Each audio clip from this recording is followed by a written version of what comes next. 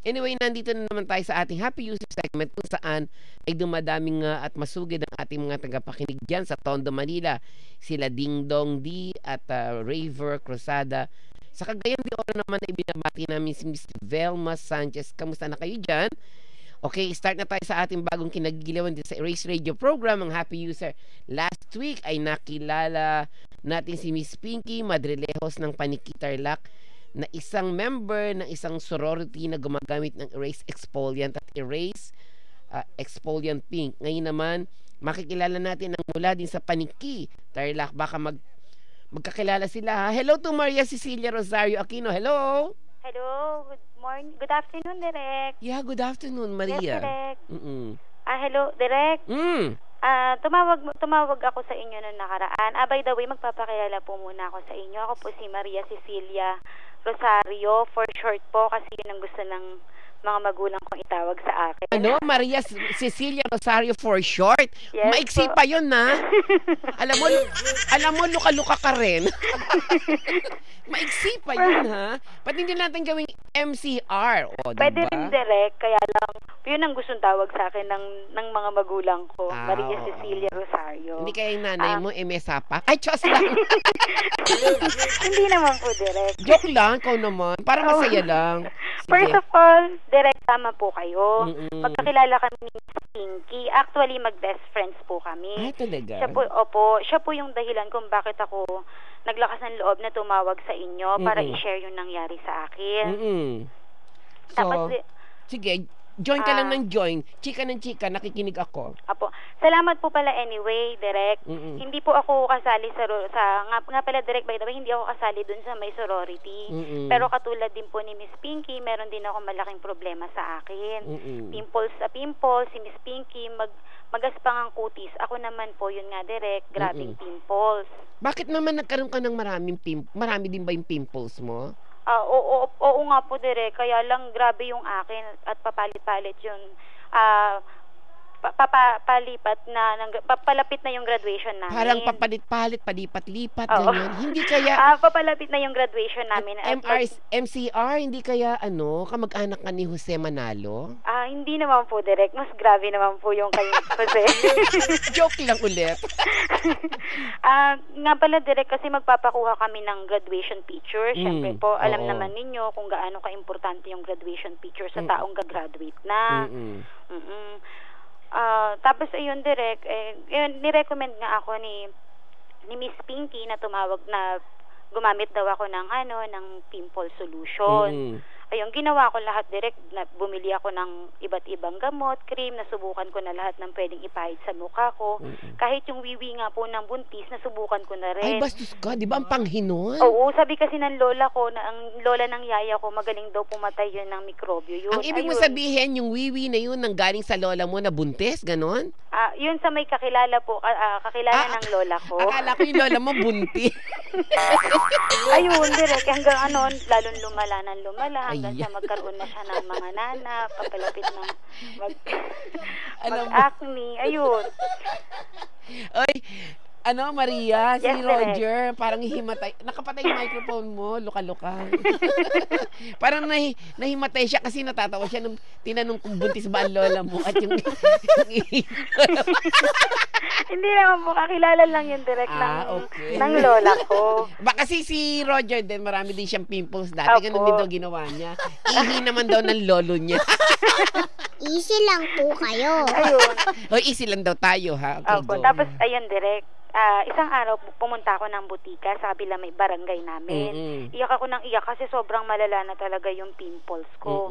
Ngayon, may lumapit sa akin na pharmacist. Doon, binigyan niya ako ng Erase Pimple Solution. Dali-dali kong ginamit yun at yun, sinundan ko yung instruction doon sa may labas ng box ng Erase Pimple Solution. Tapos, days pass, ay hindi ako nawala ng pag-asa, Direk, hanggang sa tuluyan na naglahoy lahat ng pimples ko sa mukha, sa dibdib, sa likod, at pati na rin sa braso ko. Alam mo ba, Maria, dahil sa nakwento mo, yung aming gwapong technician dito, napapawaw na sa'yo. Gusto ko makilala. Ay, lalo na, Direk, pag nakita niya ako sa personal. Ay, talaga? Oo naman. O, tingnan mo, napapayaho pa. O, diba? Ay, naku, bumagsak. Naku, nabagsakan tayo. Ano ba? Ano po yun? Ayun, direct. Ayun, Tapos sabi ng ayun, bata, ano po yun? Tapos ayun, direct. Ngayon, maganda na ulit yung kutis ko. Tapos,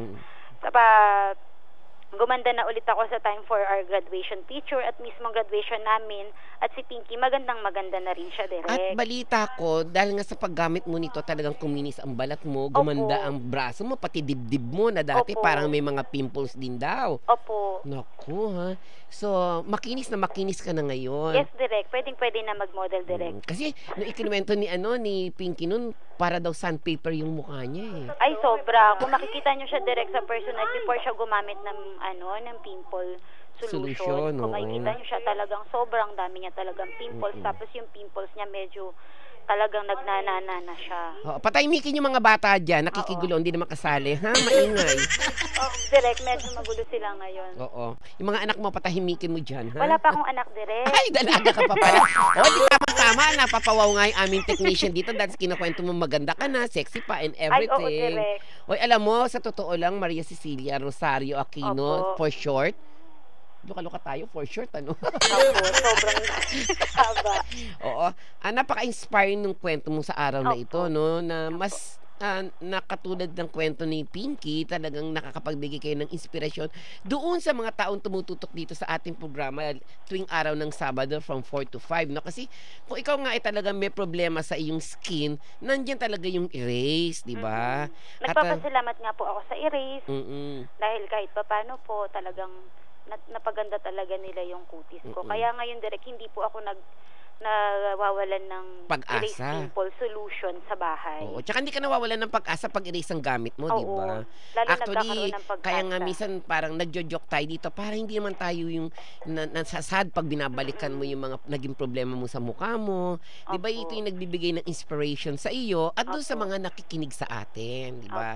Though nagbibirutan tayo dito, pero may mga talagang solusyon, hindi lang yung kasi kapag malungkot ka na nga, wala pang saya at wala pang konting joke, hindi maganda ang kalalabas. Kailangan may konting joke para yung nagkukwento, may inspire pa siya na talagang balikan pa kung ano man yung naranasan niya, naalala niya, ay masaya pala to kasi ito pa yung ma-share ko sa sa radio program. Kaya nga ngayon, direct, kahit may makakita lang ako ng kaibigan ko na may konting pimples lang, dire-recommend ko talaga yung Erase Pimple Solution. Kasi hindi ka mapapaya sa pagrekomenda sa di ba, sa ginamit mo at nakapagpatunay naman na talagang ginamit mo at nagkaroon naman ng magandang resulta. Opo. Di ba? O sige, Maria Cecilia, bibigyan kita ng ilang minuto para sabihin mo doon sa mga nakikinig sa ating kung papaano naalis ang iyong agam-agam ng ikaw ay marami pantigyawat sa iyong mukha. Sige, go.